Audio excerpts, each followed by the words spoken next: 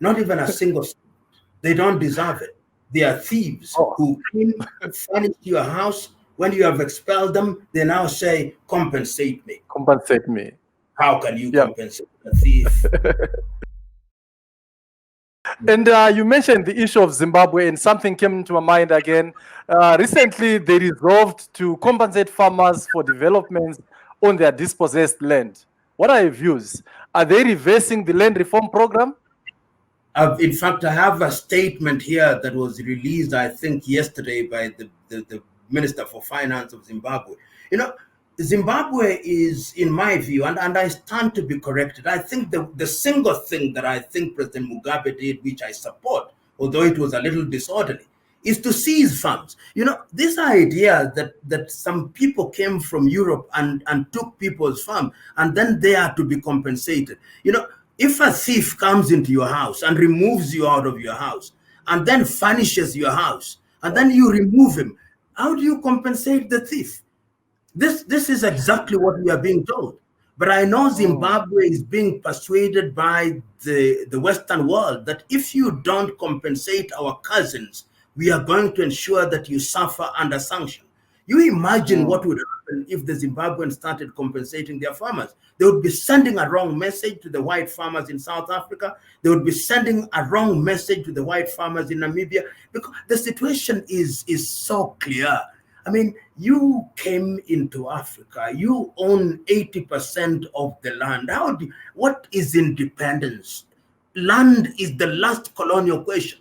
And I don't think that anybody should be compensated. In fact, they have compensated themselves. They have worked this land for many years. Whatever compensation that they wanted, they have done so by engaging in commercial agriculture and deriving the profits therefrom. And if you check any of these farmers in Zimbabwe,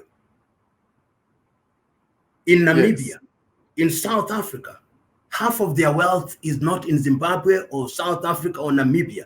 The Germans in Namibia, their wealth is in Germany, quite a good chunk of it.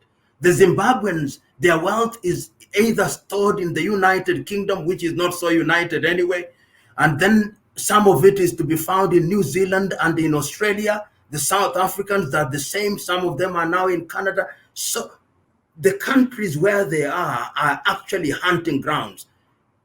I'm one who believes, like my friend Selo Malema and George Shivambu and others, acquisition without compensation, but in an orderly manner. Because what we don't want to do is to disrupt agriculture. This is what happened in Zimbabwe. I don't want the farms in Cape to be taken away in a disorderly manner and to destroy the wine industry. It can't be done. And let me also be a little bit, I don't want to sound rabid. I think there are some whites in South Africa and even in Namibia who have demonstrated by their conduct that they are now Africans. And in my view, such whites ought to be accommodated, but they should only be accommodated if they behave.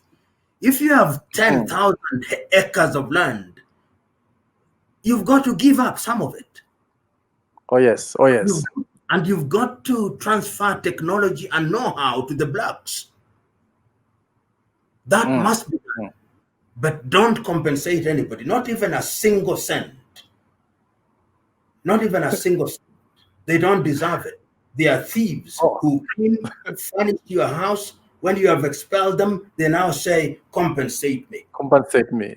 How can you compensate a thief? Compensate thieves?